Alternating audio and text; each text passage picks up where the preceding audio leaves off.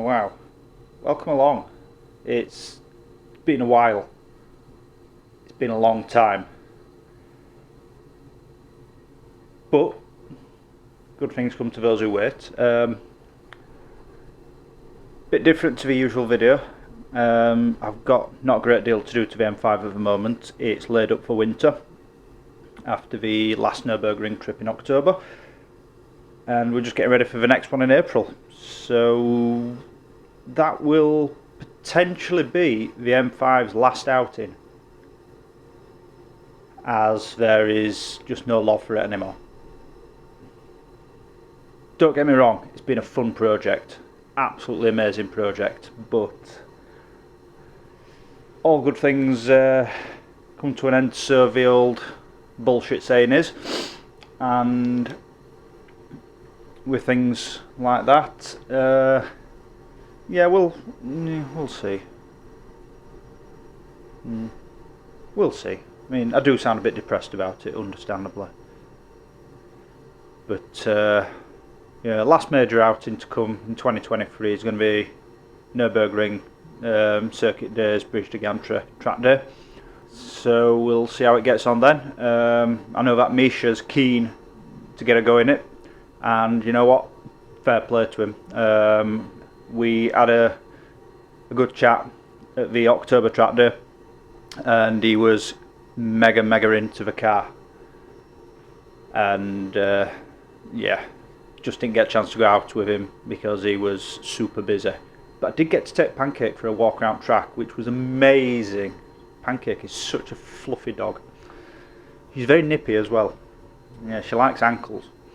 But anyway, so what have I been doing in between not doing a great deal of videos? Well, work's just been absolutely chaos.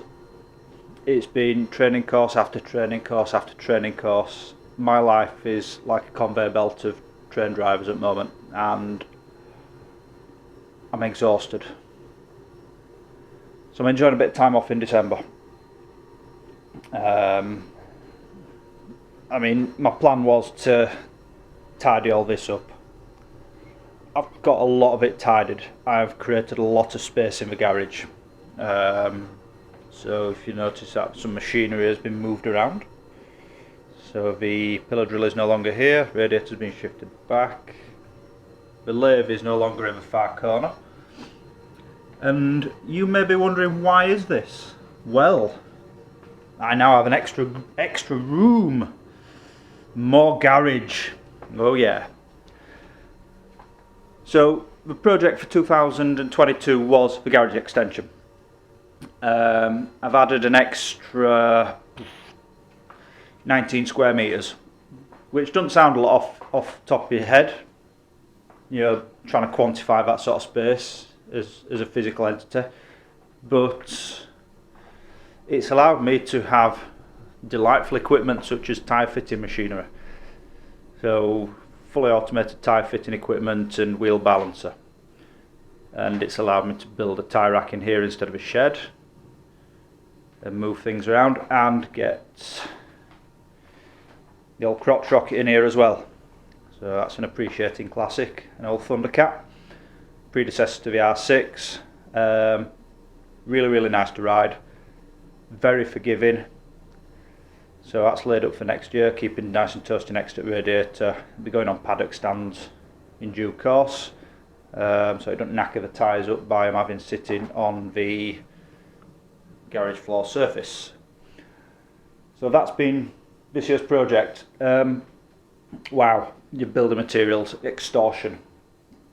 So when I built the original garage where the M5 lives on the lift, it cost me around about £7,000 to build all that, all in, and dimensions wise it's externally around about 4.5 metres wide by 6.5 metres long. So it allows me to get the M5 in on lift with trailer living under it, and plenty of space to move around, workshop equipment. And it cost me about £7,000.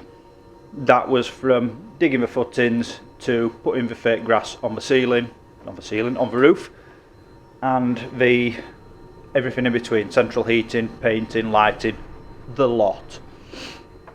This side, wow, I budgeted 5 grand based on price of materials going up. It's cost me 10.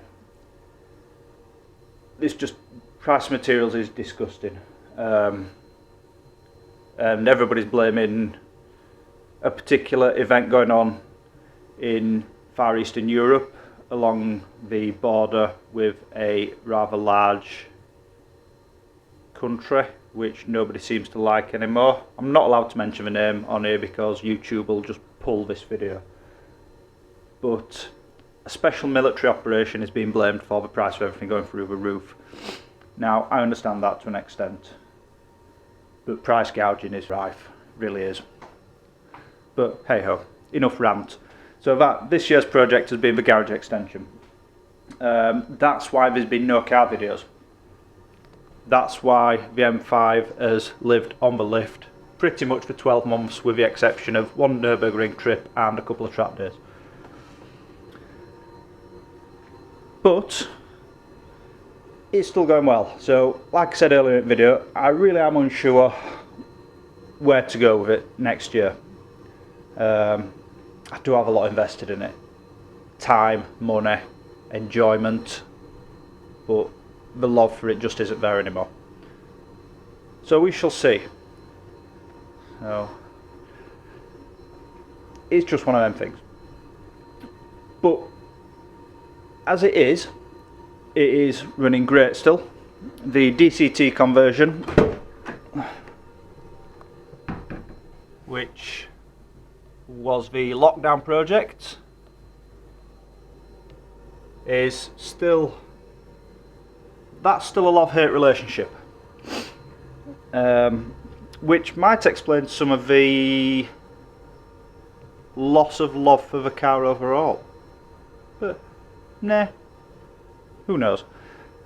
It's still a love-hate relationship with that, but on track it works, and it works really, really well.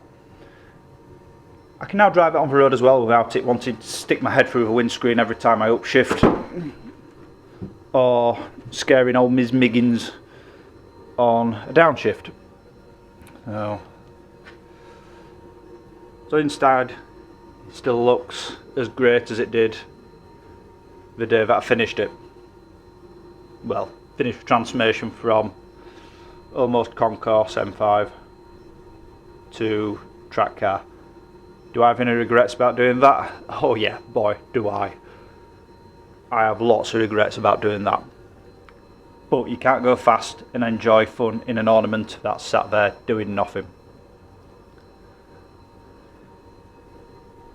And it's pointless having a car that you just sit there and look at and polish once a week and go, ooh, it's nice as this, instead of enjoying it for what you want to enjoy it for.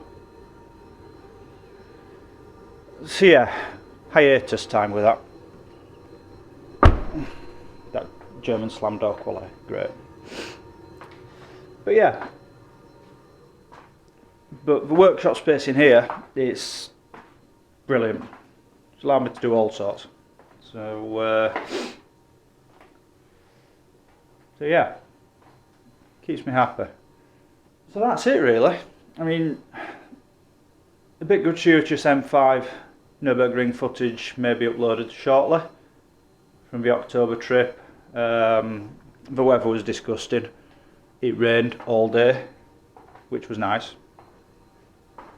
Considering I'm running Michelin P2Ls with a rather tasty intermediate tread pattern, that allowed me to use most of the dry lines in the wet out there without falling off the track. And that's pretty important, because when you're out there and it's chucking down, you don't use the dry lines. They are super slippy. They are like driving on ice.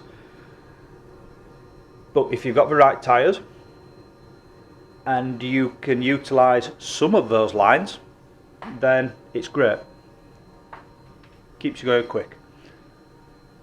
So we'll see what next year brings. You never know, I might not do anything with it. I might just carry on taking it to track days and seeing what happens.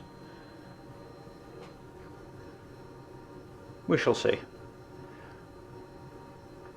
So it's great that you've tuned in and watched this little update. I appreciate it's a bit boring, me just waffling on about various bits and bats.